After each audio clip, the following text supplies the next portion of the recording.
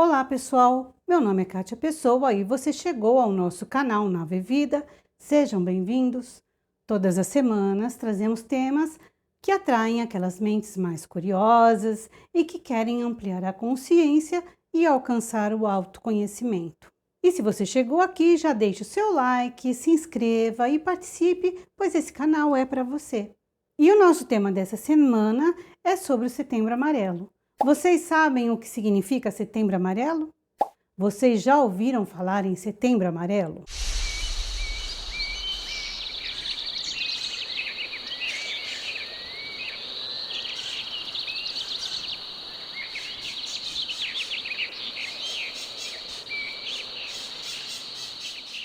Em 2015, o Centro de Valorização da Vida, em parceria com o Conselho Federal de Medicina e com a Associação Brasileira de Psiquiatria, criaram uma campanha brasileira de prevenção ao suicídio chamada Setembro Amarelo.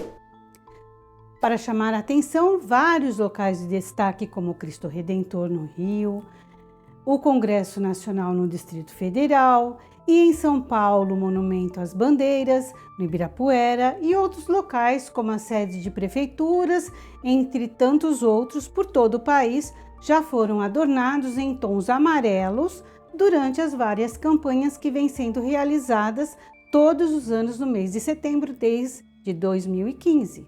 Segundo a Organização das Nações Unidas, 9 entre 10 casos de suicídio poderiam ser prevenidos e é a terceira causa de morte no mundo entre jovens de 15 a 29 anos e a sétima entre crianças de 10 a 14 anos. A campanha tem como meta alertar a população para a conscientização e prevenção do suicídio. O suicídio no Brasil é considerado um problema de saúde pública, uma ocorrência cujos números aumentam principalmente entre os jovens. São registrados 32 casos por dia e, de acordo com um estudo feito em 2014 pela Organização Mundial da Saúde, o Brasil está em 8º lugar dentre os países com maior número de suicídios. O estado com a maior taxa de incidência é o Rio Grande do Sul. Por que setembro e por que a cor amarela? Em 1994, Mike M., um jovem americano de apenas 17 anos, se suicidou em seu Mustang 68 amarelo. Em sua homenagem, no seu funeral, cartões amarelos com fitas amarelas foram distribuídos com mensagens de alerta e de apoio para aqueles que porventura estivessem enfrentando alguma situação angustiante ou desesperadora, como a de Mike, evitando assim uma perda semelhante à dele. O cartão incentivava quem precisasse a buscar a ajuda de um profissional competente. Assim foi dado início à campanha do Programa de Prevenção ao Suicídio Fita Amarela. A ideia da campanha é conversar sobre o assunto e indicar que se procure um psiquiatra, um psicólogo, um terapeuta, ou seja, um profissional que possa tratar, orientar ou somente ajudar. Em 2006, foi lançada mundialmente uma cartilha com o nome Prevenção do Suicídio, um recurso para conselheiros, como parte da iniciativa global liderada pela Organização Mundial da Saúde, a OMS, com sede em Genebra e em conjunto com o Departamento de Saúde Mental e de Abuso de Substâncias e da Gestão de Perturbações Mentais e Doenças do Sistema Nervoso.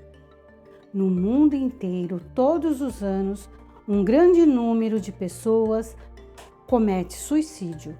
Esse número é maior até dos que morreram em razão dos conflitos que acontecem no mundo inteiro. O suicídio é um fenômeno mundial que atravessa muitos séculos e requer a atenção de vários profissionais. Como um problema mundial de saúde pública, exige um trabalho multi e transdisciplinar. Por não ser uma tarefa nada fácil, seu controle envolve vários setores e requer atividades direcionadas, capazes de prover melhor atenção às condições para se criar e educar as crianças e adolescentes, também educar os adultos, e isso desde se considerar a assistência necessária para tratar as perturbações mentais, até inclusive ao controle ambiental de fatores de risco. Estudos profundos vêm apontando que os suicídios resultam da combinação de vários fatores, como biológicos, genéticos, psicológicos, sociológicos, culturais e ambientais também. E isso significa que, além da saúde pública, é preciso uma ação de base que envolva interesses socioeconômicos, educacionais, ambientais e políticos. E não adianta negar, isso é fato. Contudo, para que haja uma ação efetiva diante de uma detecção desse problema na comunidade, é necessário um trabalho preventivo. Por exemplo, ter um profissional de base que possa identificar o problema e encaminhar a pessoa para os especialistas adequados no momento certo, isso já é um bom começo. Esse trabalho consiste em identificar as pessoas que estão em risco e as quais estão mais vulneráveis a eles. Em seguida, é preciso procurar entender as circunstâncias que influenciam o comportamento autodestrutivo, bem como estruturar intervenções eficazmente. Por essa razão, foram designados como conselheiros os profissionais que são de extrema importância, pois, estando próximos à comunidade, podem desenvolver iniciativas de prevenção, além de saberem lidar com o comportamento suicida. E quem são os conselheiros? São profissionais que têm uma formação e educação a um nível superior e frequentemente trabalham em escolas, institutos superiores e universidades, serviços de orientação da carreira, centros de tratamento de toxicodependência, em clínicas e em hospitais, nos aconselhamentos para aplicação dos princípios de saúde mental e também os psicólogos que auxiliam o desenvolvimento humano. Esses profissionais utilizam-se de várias técnicas por meio de estratégias cognitivas, afetivas, comportamentais e de intervenção sistêmica a fim de lidarem com questões de bem-estar, crescimento pessoal, desenvolvimento da carreira, bem como acompanhar o tratamento da patologia da saúde mental. Inclusive, com a presença desses conselheiros atentos, é possível diminuir o número de suicídio entre os idosos, contanto que se preste atenção às suas mensagens.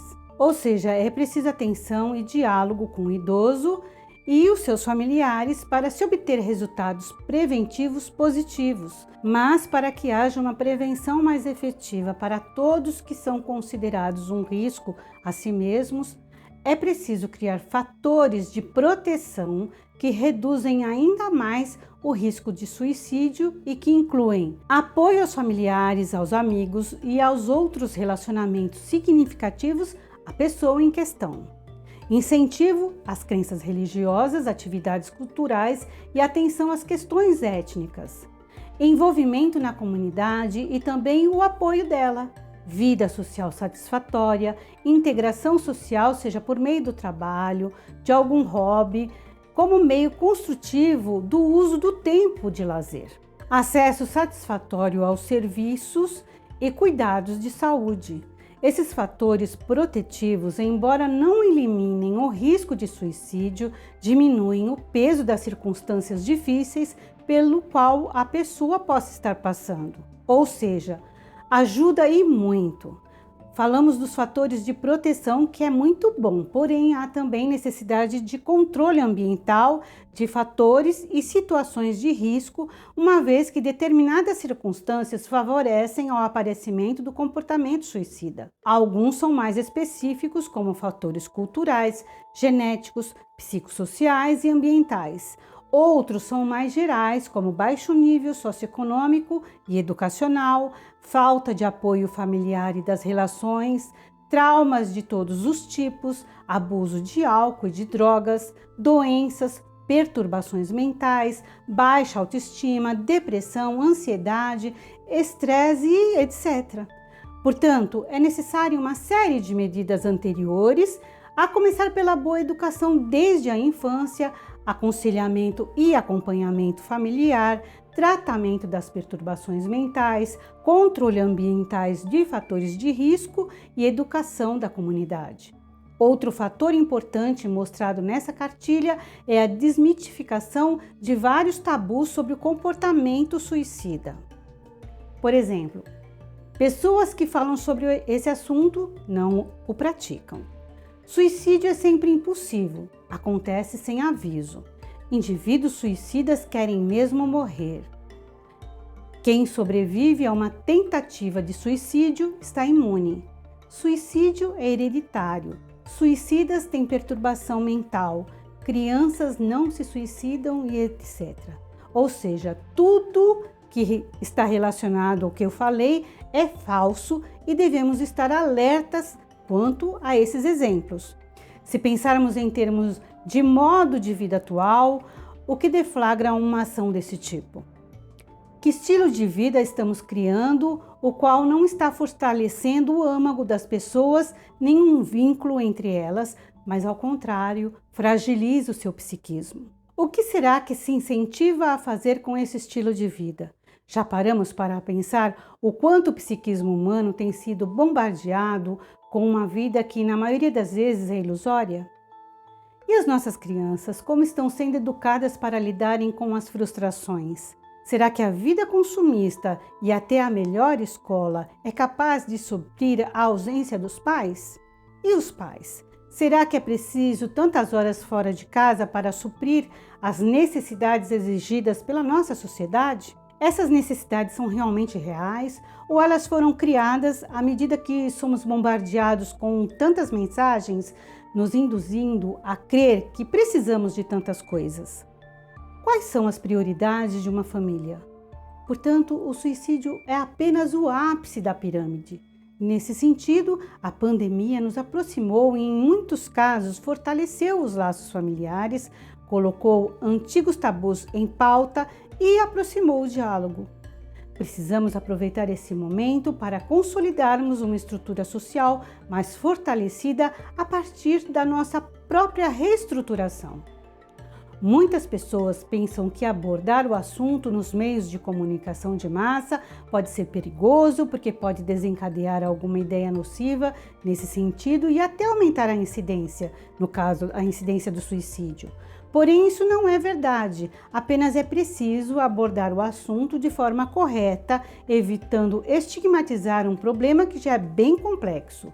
Assim, em 2016, a Associação Brasileira de Psiquiatria, em parceria com o Conselho Federal de Medicina, lançaram a seguinte cartilha: Comportamento Suicida, conhecer para prevenir, um manual direcionado aos profissionais da imprensa. São dicas de como abordar o assunto e sem desrespeitar as orientações da OMS, pois a informação é uma grande aliada, só precisa ser bem conduzida. E então, gostaram do nosso conteúdo de hoje? Então não se esqueça de se inscrever, aperte o sininho e compartilhe. E se gostou, deixe o seu like. Não esqueça disso não, pessoal. Um beijo no seu coração.